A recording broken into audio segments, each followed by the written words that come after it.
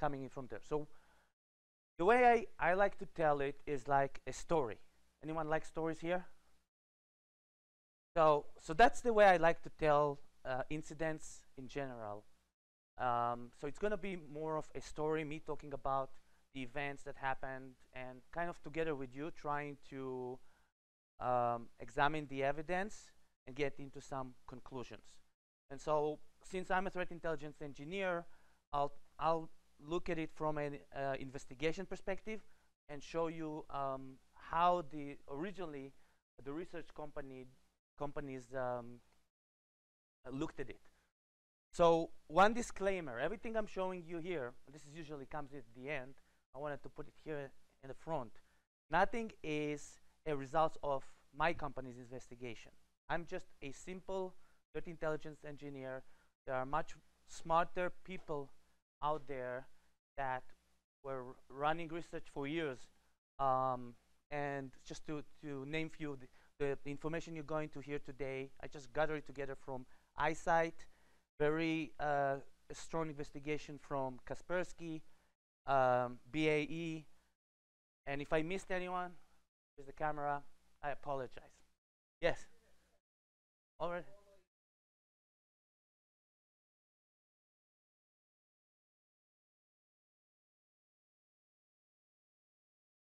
That's a very good question. So why I call myself threat intelligence engineer? Just because of that reason. So the way my position is, I'm collecting all the information, and we using a threat intelligence platform make it visible and available for analysts. So threat intelligence analysts are almost my customers, if you will. Okay. So you probably hear the little accent. It's not a North Korean accent.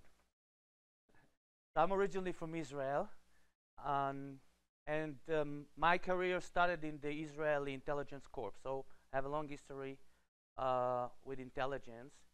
By profession, I'm an electrical engineer. So here's another reason why I'm proud to call myself an engineer. And I moved here 15 years ago and worked for multiple vendors, specifically in user behavior analytics, network security, and threat intelligence. So just to get an idea of who am I speaking with, how many of you know, okay, who knows what IOC stands for? Just shout out the answer. Which number is it? 1, 2, 3, or 4? 4. Yeah. Oh, you were 3 or? Trying to make it easy. Who knows what's the second phase of the kill chain? Who remembers? Is it flotation, delivery, weaponization? Verify death. Anyone remembers? So the first one, so the second one is the weaponization. First one is reconnaissance. And last one, who knows what TTP stands for?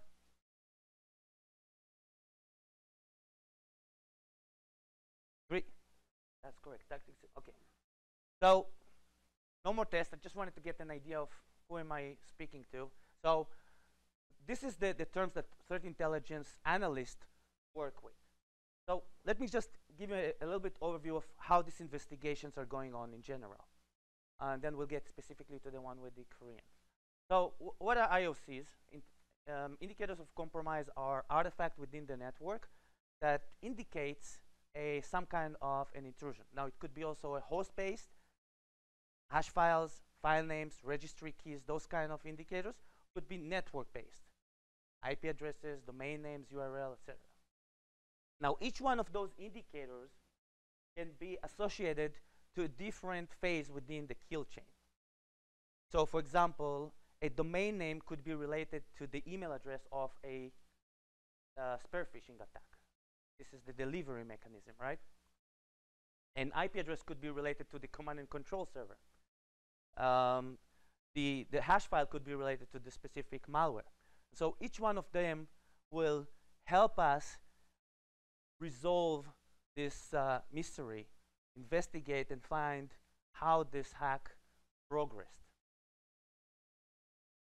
Now, there is a term called the pyramid of pain. I don't know if anyone heard about this, but this is a term that actually came in one of the posts of a guy named David Bianco, sorry, who is trying to describe or categorize the different type of indicators.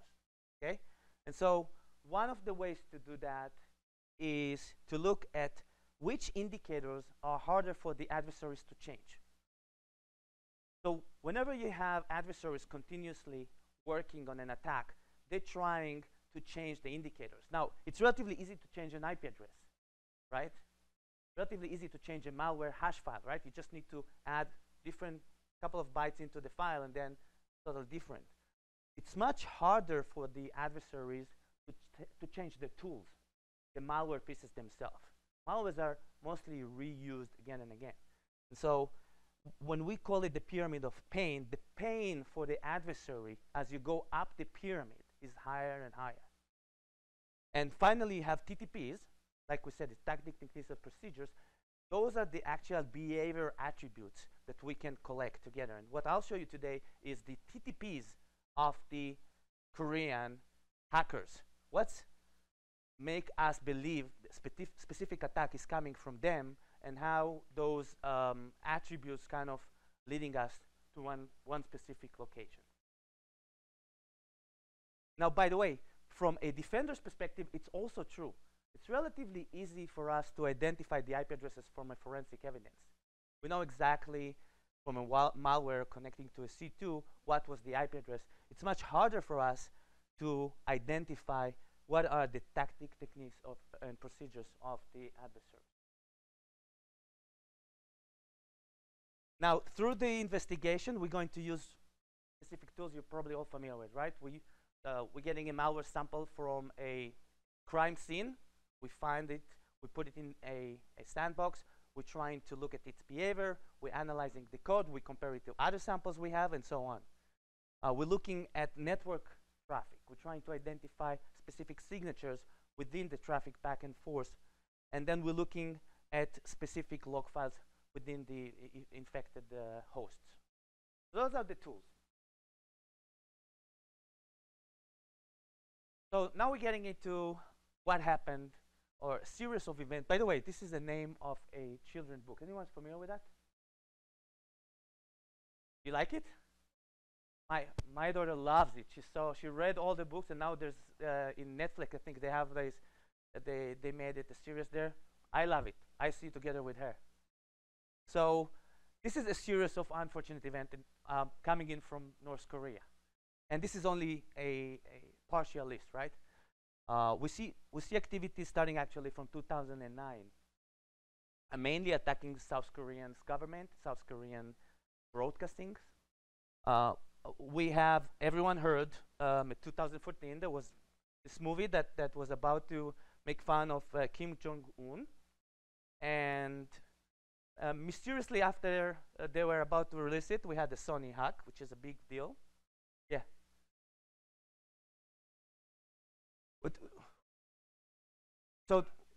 So this is why I'm telling it as a mystery. The fact is that there was a lot of activities that nobody connected backwards, but in 2009, there were attacks on South Korea as well. There was a Black Seoul, and there were some the beginning of what's called the blockbuster operation.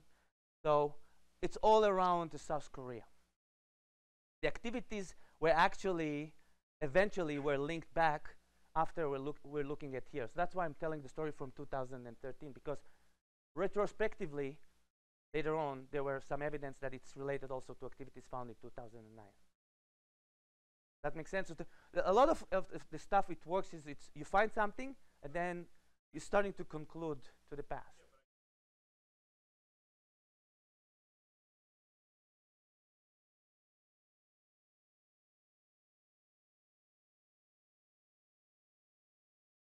Well, that's a good question. Well, it seems to be that since the rise of Kim Jong-un, there was an increase of cyber attacks. I don't know exactly why, but that's what the trigger. And by the way, I'll show you later, it's not only for the cyber attacks, it's also for his nucleus weapon arm and is for his missiles testing and so on. So seems to be very ready for war. But those are, by the way, those are very different places that he's hacking, right? This is like a Sony hack. This is a media type of hack. This has to do with political maybe. And now we're looking at, you probably heard that the big Central Bank of Bangladesh in 2016. And there's also some hacks during December 2016 associated with some government official smartphones in South Korea. And the latest we hear is some association with WannaCry. So the question I'm trying to answer first when I'm looking at TTPs is what's the motivation? So did anyone hear about the Maslow's hierarchy of needs? Yeah? So I'm trying to look at it and I'm asking, maybe you can help me. When we're looking at, for example, the block of the release of the movie, where do you think it's in here? Which needs are being basically addressed when I'm trying to do that?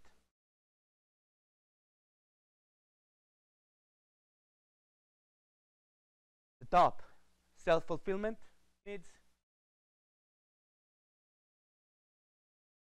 Almost like cyberbullying, right? Yeah. Who said that? Yeah.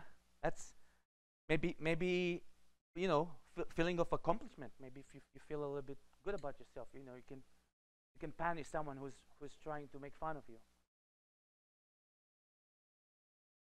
Stopping the British television from broadcasting a story about you know, the nucleus in Pyongyang and some kidnapping of a science. Maybe something similar. How about hacking the South Korean Bitcoin exchange? That's money.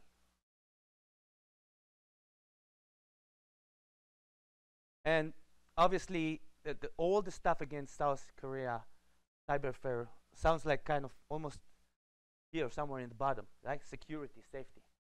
Even though might not be the case, sounds like North Korea really feels that they are under some kind of attack, continuous attack. They need to protect themselves. So there's a lot of psychology behind it. And then to your question earlier, you can see here that there's an increase, an example, in the number of North Korea missiles tests.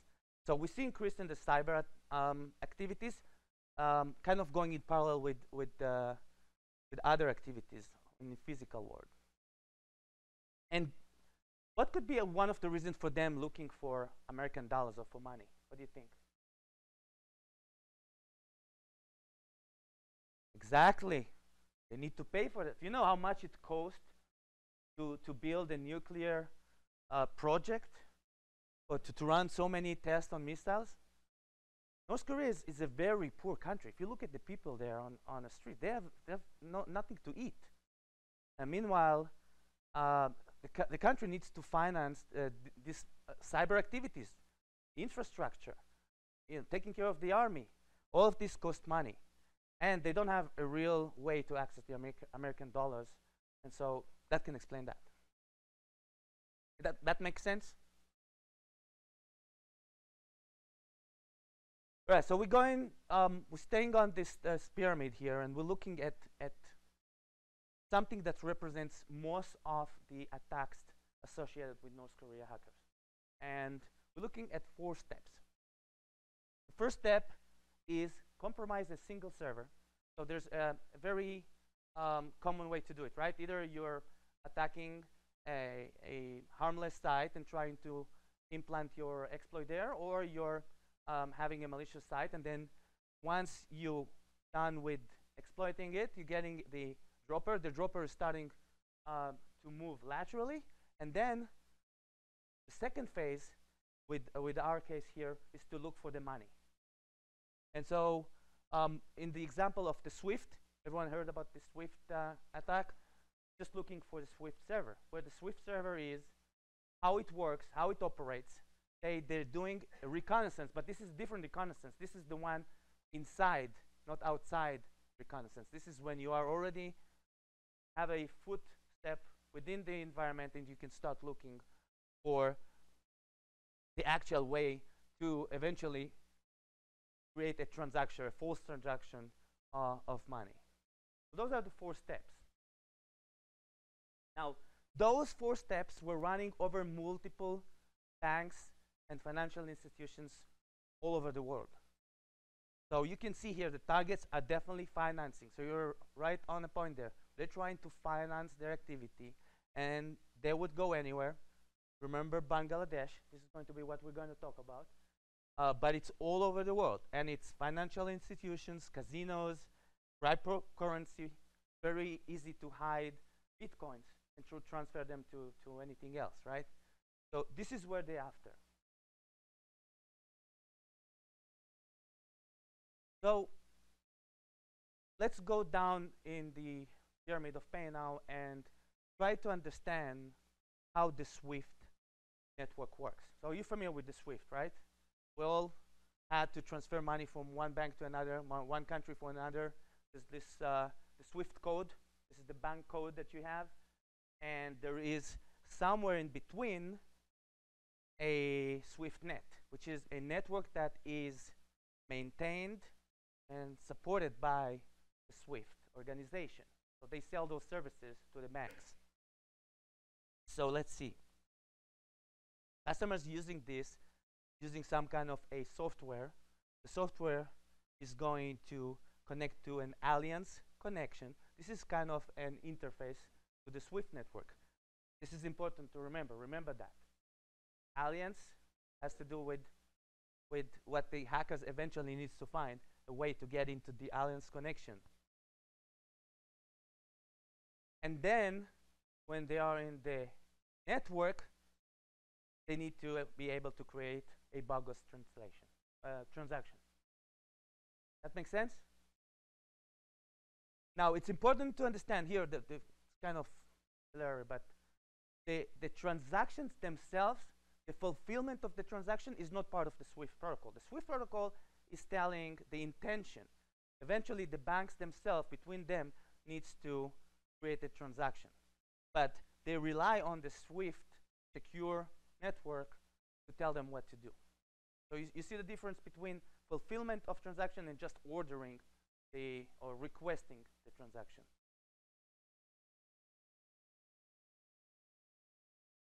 Okay, so we're going down the pyramid of pain. Now we're getting into tools.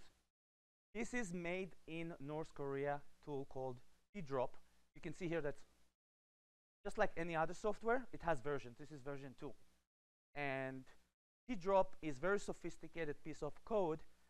This is how it works. It starts with a false player. It's downloaded the player. The player itself is going to have 2 files, and one of them will show a video, so it's a video player, and the other one is going to take over one of the Windows processes. It's going to inject malicious DLL there that will download a second drop. So it's 2-phase kind of execution. The first time you get a dropper, it downloads an additional file that looks like a regular photo, and then this one is going to what's called create a process hollowing. Take the specific malicious and put it under a valid Windows name. At this point, we installed the malware. The malware has the capabilities to communicate it back into command and control. This is basically the basic commands that are supported by T-Drop 2. So you can start uploading files, downloading files, modifying C2 URL, so the hackers could keep on changing their command and control servers. And this relates to what we said before. Tools are usually not completely changed by the hackers. They're modifying it slightly, but this is Kaspersky, for example. They managed to find this piece from 2009 and compare it with this one, which is a 2016, and find some similarities. So this is where you're trying to look for attributes, and if it's something that was attributed before to North Korea, you find it somewhere else, most probably it's going to be the same group. With IP addresses, you wouldn't be able to do that, right? Because it's not easy to identify an adversary by IP address, because IP addresses could be just using any infrastructure. But by a piece of malware, it's much stronger type of an evidence. This is the second tool called Connie. So it's a RAT, remote access tool, that is used by North Korea for a long time. You can see the history of it. I like this one because it's like a regular development of a product. You have versions. You have the first version, then you have a little bit of feature request. Maybe someone within the hack group sit there with a roadmap and get some priorities and needs to work on timeline. So it's actually started as just as a stealer, just stole information. But then you can see here the 2006. It now supports remote administration, and you can see that 2016 was the remote administration. 2017 now has screenshot features. So the malware literally can take screenshots and send them back into the hackers.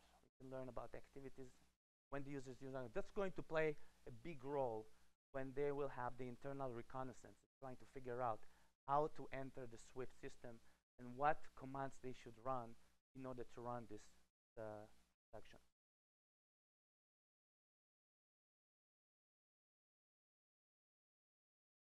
So another system used within the attack is what they call a proxy malware. So are you familiar with proxy malwares? What is a proxy malware? Well, this can help illustrate that. So proxy malware is when you have a malicious file installed as a proxy on a victim and use the host as a proxy without the victim knowing about it. So the way it works is somehow you get exposed to that proxy. The proxy is being installed. The proxy now can poke a hole in the firewall. In the case that I'm looking at here, there was also a Windows firewall, and so the malware was running a confiscated command in netshell firewall in order to open the Windows firewall, which is also a very important signature. This is a very unique way to do that, right? The way it's constructing the data here. And then once it has this, it can go 443 outside into a proxy server. Okay, so we get this connected to the proxy. The proxy is verifying that the connection is there. So now we have an outside connection that works. And now we have the hackers getting into the proxy and accessing this proxy. And from this proxy, they conducting the command and control. See what I'm saying? So they're not utilizing any valid IP. So what's the problem here for us, for the investigators or for the engineers? We don't have a domain. There's no an IP address. All the communication back and forth is from an owned host anyway. I cannot do anything. I don't know where it's coming from. I cannot even run a sinkhole. I cannot get anything with this malware. So the Koreans are doing this a lot. They have a number of owned hosts that are used as proxies, and they operate through those proxies and running all their attacks through it, one-on-one, with the remote access tools. This is very sophisticated.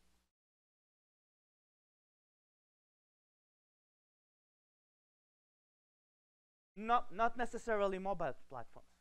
Mobile platforms, I mean, the interaction with the user is important here because you need to install it, but it's not always a mobile platform. This Papa Alpha proxy could be installed anywhere. It could be on a backup. It could eventually end up being on a backup server that nobody touches.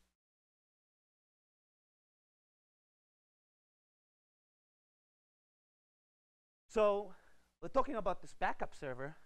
Now that they're inside and they have a foothold, they're moving to a place that is relatively low, doesn't have much of scanning or much of monitoring on it, and they stayed literally 8 months before they executed it. Think about it, 8 months. They were sitting in a bank, waiting for the right moment, learning and developing and moving on without being caught. Now, this is from Kaspersky. It shows that at some point they had to actually remove evidence. So they killed themselves when they felt that someone is after them. But they still had this little foothold that can bring them back whenever they felt that they're out of trouble. And so, by the way, that means that there was a person beyond the other side. The C2 was not a botnet. It was not automatically. There was someone there sitting, monitoring, making sure that it interacts with the malware piece based on what they see. So it's much more targeted, much more customized than a regular distributed malware. So let's look a little bit deeper into how they got into the network. So following the kill chain, we're looking at, like I said, the first thing you need to do is just to have one single mistake, the human element. We spoke about it earlier, right? One single person needs to write on a wrong link. And in this case, there was Hangul. I've never heard of it before, but apparently this is an application for documents that is very popular in Korea. And there is a vulnerability there. And that vulnerability helped to install or download the first drop. So there was a DK document here, and it opened using this specific application and exploiting that specific vulnerability. All right, so now we got this dropper, and we can get a backdoor. We have something already inside the network that can move to the next step. So we looked at some, or companies we worked with looked at some of those backdoors and saw similarities. You can see the similarities again between history backdoors, current backdoors. And one interesting item that I want to point out is that some of them use some Russian words, but if you look at the Russian developers looking at that, it was very fake, low kind of level of Russian words. So it looks like there was an attempt, at least, to try to attribute it to a different country.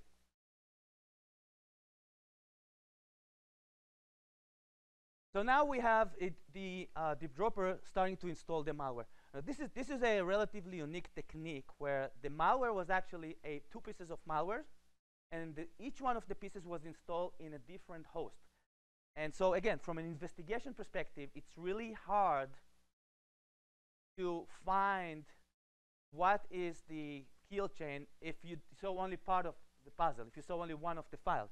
So as an example here is there's a Trojan dropper sitting on host C, and then there is another backdoor found on host D. And in order to execute the Trojan, the backdoor remotely run it as a command line.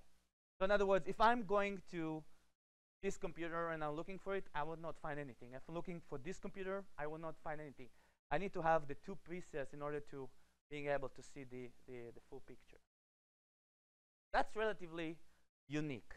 And there's another example here where you need to inject a DLL from machine A into an executable in machine B. So really sophisticated.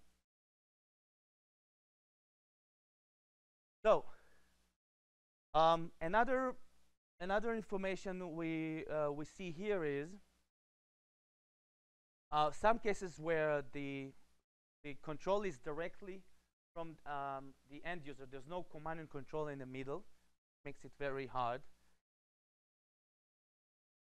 And you can see that for the detection tools, there are a attempt to disguise as Mozilla, but it's misspelled. It's Mozilla, and they're trying to create a fake SSL connection outside, but it's not really SSL. It's a fake connection.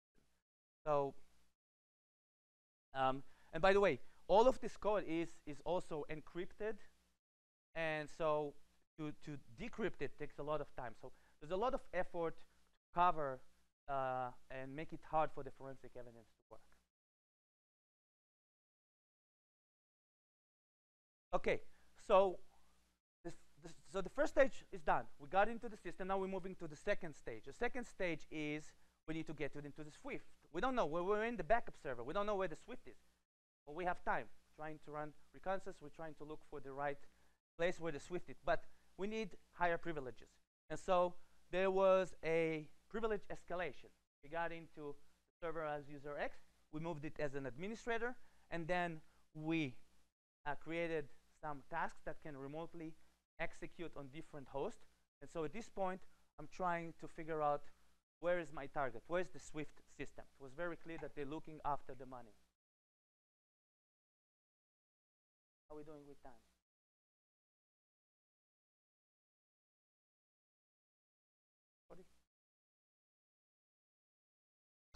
Everyone wake up. We're getting into the interesting part. The money. Connecting to the Swift. So this is actually really, really, really interesting because the Swift system is something you need to learn. Each one of the installations is a little bit different. So here's the way it works. First, you look. So this software, Swift Alliance Server, it's kind of the link between the bank and the Swift network. So you look at the software, and you're trying to identify where is the data.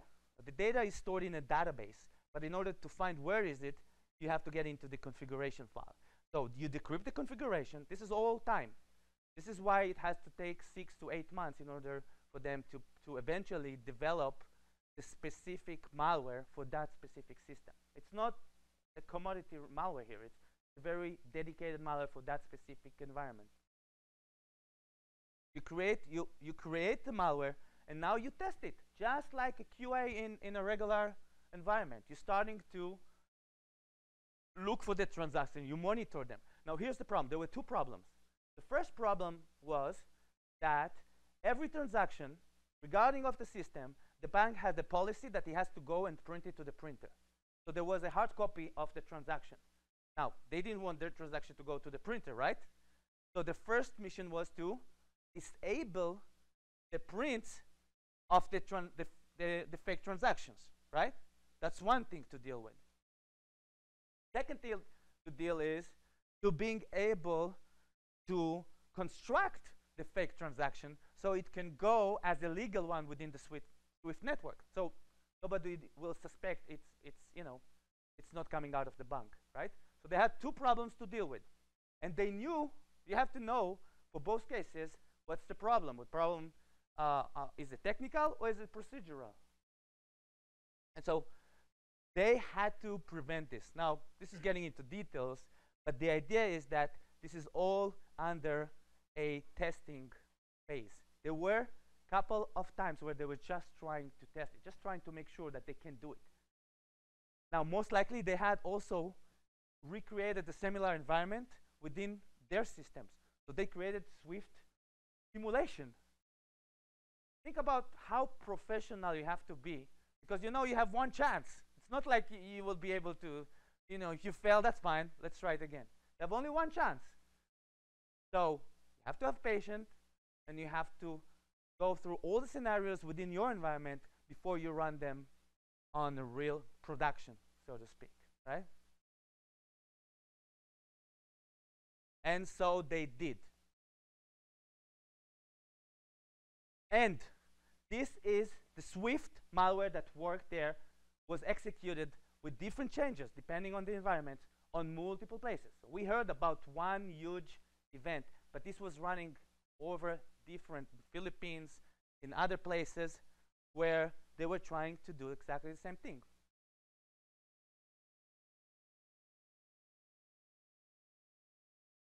So that day arrived. Probably was a very excited day for them. Think about it. They worked for 6, 8 months. It's like the delivery time. Right? It's like launching iPhone 7. Did everything. It's supposed to work. And you need to do it fast. Why? Because I told you, the Swift is sending the request. The request is fulfilled, and if someone's having any doubt, they can cancel it. And so after it's fulfilled, you need to go into the bank, take the money, and run away. So at this point, you need to be fast. You need to be swift. So they're getting into the system, and they're trying to few transactions, and after that, that's it. They're killing the evidence. They don't want anything to stay. They're removing the DLLs that's responsible for the database, for the backup and restore of the Swift. They're removing some other files, and they're running after the money. And this is what happened. So first of all, this is credit to Simon Chai. So this whole story was very nicely illustrated here. So let's find. Okay, this is Bangladesh Bank. This is the bank that was compromised. Originally, they were trying to steal $951 million. They were trying to transfer 20 to the Federal Reserve Bank, and then to Sri Lanka. This one was blocked. So those 20 were saved. However, 81 million, as a result of 4 orders that successfully transferred, RCBC in the Philippines got the money, and they got it. $81 million were never recovered out of this attack. $81 million. Can you believe that?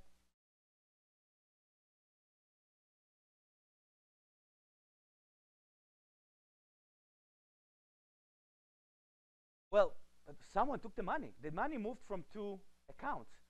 Once they fulfilled it, so the Swift network said this should be moved from this account to this account. The other account was a fake account, but it was an account, right? Someone owned that. And once it was there, the banks just followed the protocol. Someone took it out. And until today, it was not recovered. And I don't believe it will never recover. So it's just, everything is wired. But if you take the money, it's yours. Now, the banks could have gone to Swift, and there was a big conference where they were trying to say, it's not our fault. Maybe Swift should pay. Who should pay for it? But the money is gone. And you can see here that this trick was tried all over and all over. Now, since then, obviously, the alliance were hardening their security, etc. But we know for sure there are still attempts to run those type of transactions using other techniques, but again, over Swift. So who is behind all of this? So we know it's North Korea, right? That the motivation, everything shows that it's from North Korea. But what would the researchers call them? Well, you heard about the Lazarus Group? Lazarus Group is the name of the group that researchers hold responsible for this and other attacks. Now, as in North Korea, everything comes from the government. It's not like they're independent. So we believe that the government, under the Reconnaissance Bureau, has a specific unit called Bureau 121. Bureau 121 sits in China and employs hackers. The government employing hackers to do exactly this.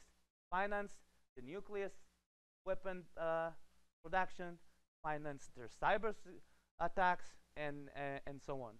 Run things like against the Sony hack, etc. So they are all government employees. And so all of those operations, and this is the 2009 that you asked about. This is the Troy operation. Yeah, go ahead. No, this is what they, well, so obviously they will not admit that they have this Bureau 101. So they have bureaus that are officials, and then we call them Bureau 101. 121, yeah. Yes, yeah. And this is a group that sits in China mostly. And they're responsible to write those sophisticated tools.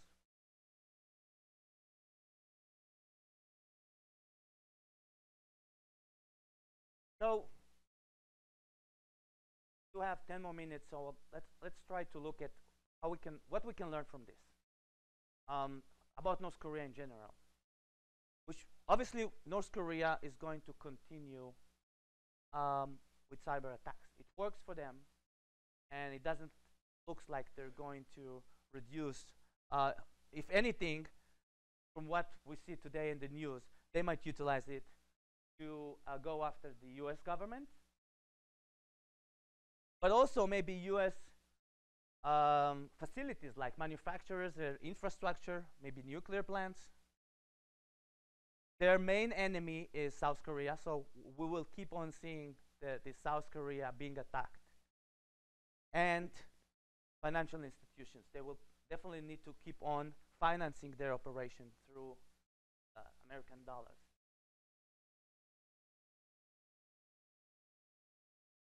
Now, one of the things we know from intelligence is that North Korea has programs for students. It's the way I like to explain it, it's like, you know, the Russians, when they prepare their athletes to the Olympics from very, very early age, this is how they're doing it for hackers in North Korea. They have over 200 specific institutions for programming, for software programming. They designate the students there, and then when they're done with the education, they're going for hands-on, hacking hands-on, and then they're sending them to China. They're also getting support from Russia, so we know a lot of the hacking tools that Russians are using eventually ending up in the hands of North Korea. And those guys are dedicated to work depending on the agenda of the government. So, anyone heard about WannaCry? So, so this is the latest news. So the latest news with WannaCry is we don't know to date who to attribute WannaCry to, where WannaCry is coming from. Well, there's no specific group that we're sure is associated with. However, Symantec and I don't want to mention names if I'm not sure, but I know at least 2 or 3 research companies starting to believe that there is a connection between WannaCry and the Lazarus group. And the reason is because, again, forensic evidence. There's specific malware pieces in a dropper of WannaCry that originally being used by Lazarus group. So the dropper piece from earlier times associated with Lazarus. Now, one of the things that it could be a false flag, right? It could be that the guys from WannaCry want to show that it's not, you know, it's North Korea and it's not, I don't know, the Russians. But what interesting is that the latest instances of WannaCry don't have this piece of code in the dropper. So, you know, one should ask, why would guys that were trying to disguise themselves as Lazarus group all of a sudden will remove this part? So maybe that's Lazarus group trying to pretend they are Russian, trying to pretend that they're. You never know. It's very, very interesting what people trying to do in order to disguise as someone else. So the prediction with regards to North Korea in general is that we will keep on seeing those disguises. So even though North Korea feels pretty free about doing everything they want on cyberspace, they're still not happy to disclose that this is from them. You know, they don't really admit whenever there is an incident. Most people believe, based on the current activity, that we will have warfare, also political. We see how political elections and those kind of events are triggering attacks as well. Damage to infrastructures. This is true in general, but also relevant for North Korea. Espionage goes mobile. It's since a last incident shown that South Korea's government officials were hacked on their mobiles, and naturally mobiles is less secure, so it makes sense that they will move together with the rest of the industry to mobile. And um, also, the prediction is that those sophisticated malwares that were created specifically to hack Swift would eventually become commercialized. So they're going to be sold in the dark web, and other hackers from other countries will use them. And so probably we'll see this coming more and more.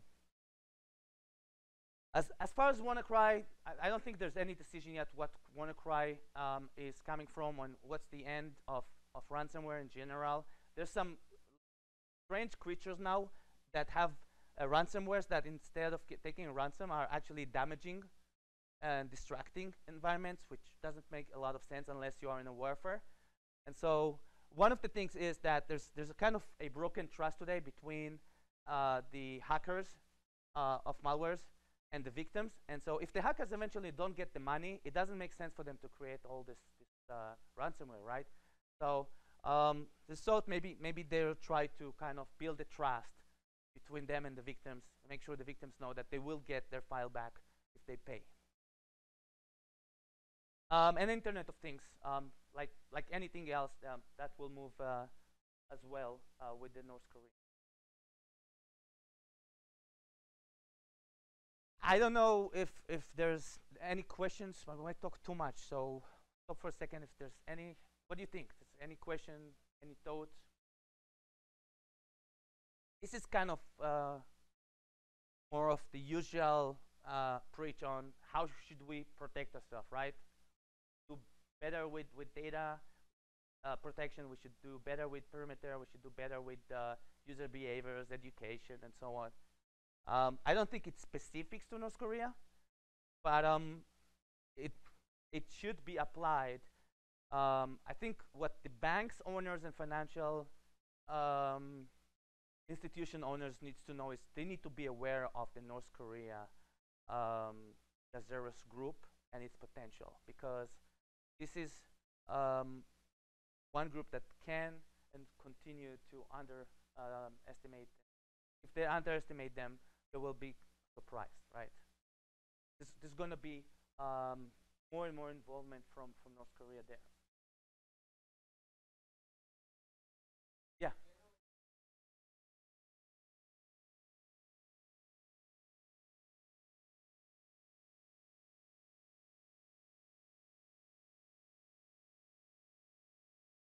The Bangladesh one? It's a yeah. It's agreed upon on that this is coming in from North Korea. Yeah. A lot of the activities there. So this example was Swift, but there was also an attack on the South Korea Bitcoin exchange, and there was an evidence that eventually this was converted into an infrastructure managed by the North Korea hackers. So it's directly going, operations. Directly goes to operations. It's the way a lot of companies actually describe it is a subgroup of the subgroup that deals only with finance. So there's the group that deals with the politicals and the warfare, and then there's a subgroup that deals with making sure that they have enough money. So yeah, I'm not going to get into this. We all know what we need to do. Obviously, we don't do that, but we know what we need to do. And just to summarize, this is the report. Again, kudos to Kaspersky. You can look it up. Look up Kaspersky and the Lazarus Group. Very interesting story, actually detective story. So it's very cool report to read. I can give you the exact links if you want me to. And then to summarize, I will use a quote. So I'm not a great book reader, but there is a book that I read, Dune. Anyone read Dune? By Frank Herbert, and there's a saying there by the Duke. So Dune is about a specific planet full of sand, and then there's another planet. Nobody heard about Dune? Yes. Oh, I'm sorry. Dune. I knew my Israeli accent will get me. I was like, how come nobody knows about Dune? Dune. All right. So who knows about Dune? Oh, I got scared. I mean, an Israeli knows about it and you don't.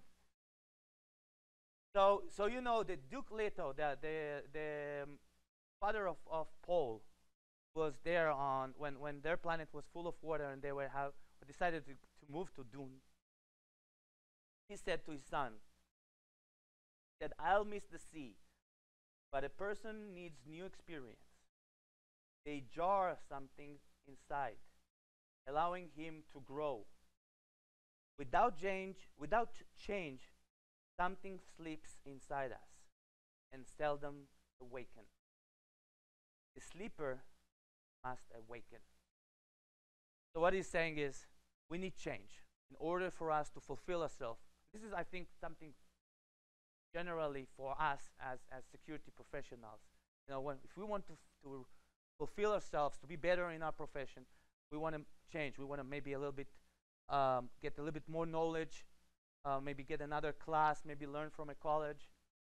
And also as analysts, or when we're looking at those incidents with time, there's a continuous change. The adversaries are not stopping.